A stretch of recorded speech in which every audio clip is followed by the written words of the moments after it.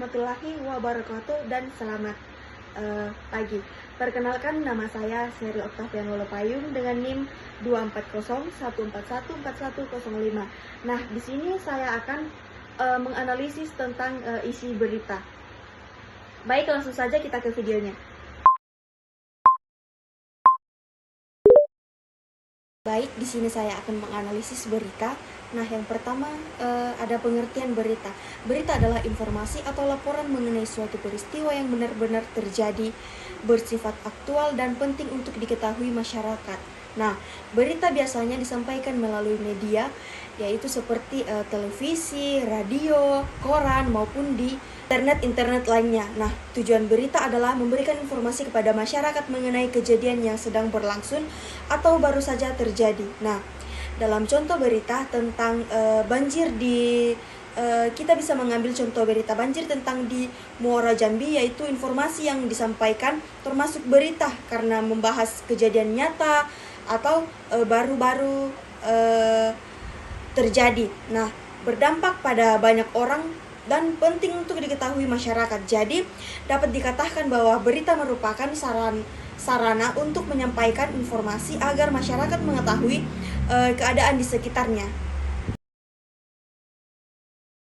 Salah satu model yang cocok adalah model problem based learning. Nah, model ini pembelajaran yang menjadikan suatu masalah sebagai titik awal belajar. Dalam model ini, siswa diajak untuk mencari informasi, menganalisis masalah, berdiskusi, dan menemukan solusi atau kesimpulan sendiri.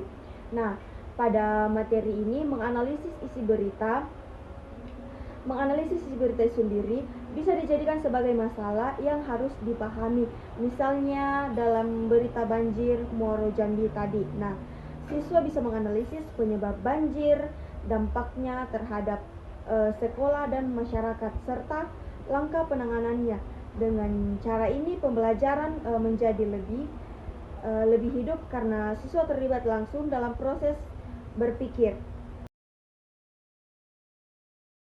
Menurut saya sangat sesuai digunakan dalam materi menganalisis isi berita pertama, berita berhubungan dengan kehidupan nyata, atau isi berita selalu berkaitan dengan kejadian yang benar terjadi di masyarakat. Nah, hal ini sesuai dengan konsep PBL atau model problem based learning, yaitu menggunakan masalah nyata sebagai bahan belajar. Contohnya seperti berita banjir, berita kebakaran, berita kecelakaan, atau masalah pendidikan. Nah, kedua, dapat melatih kemampuan berpikir kritis. Saat membaca berita, siswa tidak hanya menerima informasi begitu saja, tetapi harus memahami penyebab, akibat, dan isi penting dari berita tersebut. Misalnya, mengapa banjir bisa terjadi, apa dampaknya bagi sekolah, atau bagaimana cara mengatasinya. Nah, biasanya pertanyaan seperti ini melatih cara berpikir lebih dalam. Selanjutnya, yang ketiga, membuat siswa aktif. Dalam PBL, siswa lebih terlibat saling mencari jawaban atau berdiskusi dan menyampaikan pendapat. Jadi, pembelajaran tidak hanya berpusat pada guru. Yang keempat, meningkatkan kemampuan bekerja atau meningkatkan kemampuan bekerja sama. Karena biasanya dilakukan secara kelompok, siswa mendengarkan pendapat teman dan menyatukan hasil analisis.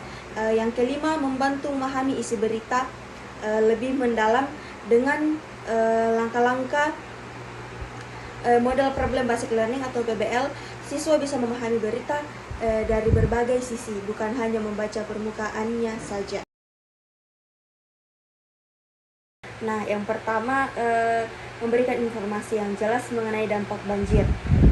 Berita mampu menjelaskan bahwa banjir tidak hanya berdampak pada rumah warga, tetapi juga mengganggu sektor pendidikan, mengganggu lingkungan sekolah juga. Nah, pembaca dapat memahami bahwa bencana dapat menyebabkan terganggunya aktivitas belajar siswa.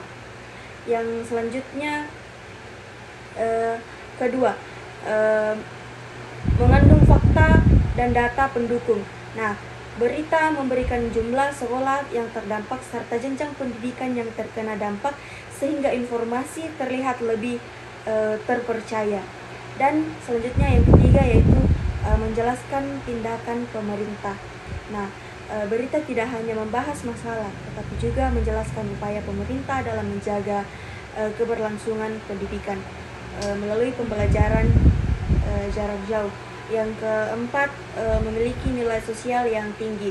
Nah, menunjukkan kepedulian terhadap pendidikan dan keselamatan siswa karena kegiatan sekolah dihentikan sementara untuk menghindari risiko bahaya kepada warga yang terdampak banjir.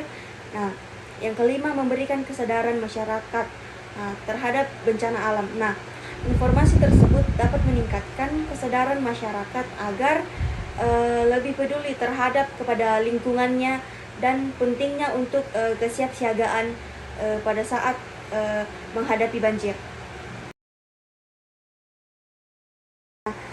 Kurang menjelaskan atau penyebab banjir secara mendalam. Nah, berita lebih banyak membahas dampak banjir terhadap sekolah, tetapi kurang menjelaskan faktor penyebab seperti kondisi drainase atau perubahan lingkungan atau pengelolaan daerah aliran sungai. Yang kedua, kurang menampilkan kondisi langsung di lapangan. Nah, berita akan lebih kuat apabila dilengkapi dengan gambaran atau kondisi sekolah seperti tinggi genangan air, kerusakan fasilitas atau kondisi ruang kelas setelah terkena atau terdampak banjir itu. Nah, yang ketiga, kurangnya membahas dampak jangka panjang. Nah, berita belum banyak menjelaskan dampak lanjutan seperti kerusakan fasilitas sekolah, gangguan psikologi siswa, keterlambatan pembelajaran, atau yang keempat, solusi. Nah, solusi yang diberikan masih bersifat sementara. Pembelajaran daring hanya menjadi solusi sementara berita, belum membahas solusi jangka panjang seperti perbaikan drainase, peningkatan infrastruktur sekolah, dan pencegahan banjir. Yang kelima, kurang menampilkan pendapat dari berbagai pihak. Nah, berita akan lebih lengkap jika terdapat pendapat dari siswa, guru, orang tua, atau ahli lingkungan di tempat terkena banjir. Baik, selanjutnya yang terakhir ada sintaks atau langkah-langkah model problem basic learning dalam penerapan model PBL pada materi berita. Nah, ada 5 langkah. Yang pertama, orientasi pada masalah terhadap tahap awal. Guru memberikan sebuah berita sebagai bahan pembelajaran. Contohnya, guru menampilkan tentang banjir di Muaro Jambi. Di tahap ini, guru bisa bertanya seperti, menurut kalian apa masalah utama dalam berita ini? Nah, tujuannya agar siswa mulai fokus pada isi berita. Yang kedua, mengorganisasi siswa setelah diberi berita atau diberi guru, membagi siswa ke dalam beberapa kelompok dan menjelaskan tugas yang harus dilakukan, misalnya mencari unsur 5W atau menemukan fakta dan menyimpulkan isi berita tahap ini. Nah, tahap ini penting agar siswa memahami apa yang harus dikerjakan. Yang ketiga, membimbing penyelidikan di tahap ini. Nah, siswa mulai membaca dan menganalisis berita. Mereka mencari peristiwa utama, penyebab kejadian, dampak yang terjadi, serta pihak-pihak yang terlibat pada berita Muaro Jambi. Misalnya, peristiwa utama adalah banjir, penyebabnya hujan deras dan sungai yang meluap. Nah, dampaknya sekolah terendam dan kegiatan belajar terganggu. Nah, guru di sini berperan membimbing jika ada kesulitan.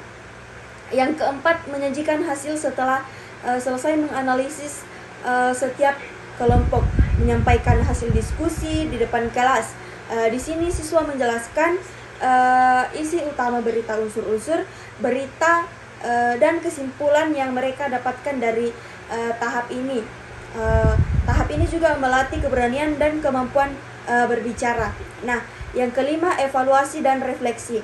Pada tahap ini, guru bersama siswa membahas hasil yang telah dipresentasikan guru, memberikan masukan, meluruskan jika ada kesalahan, lalu bersama-sama membuat kesimpulan. Nah, tujuannya agar pemahaman siswa menjadi lebih kuat.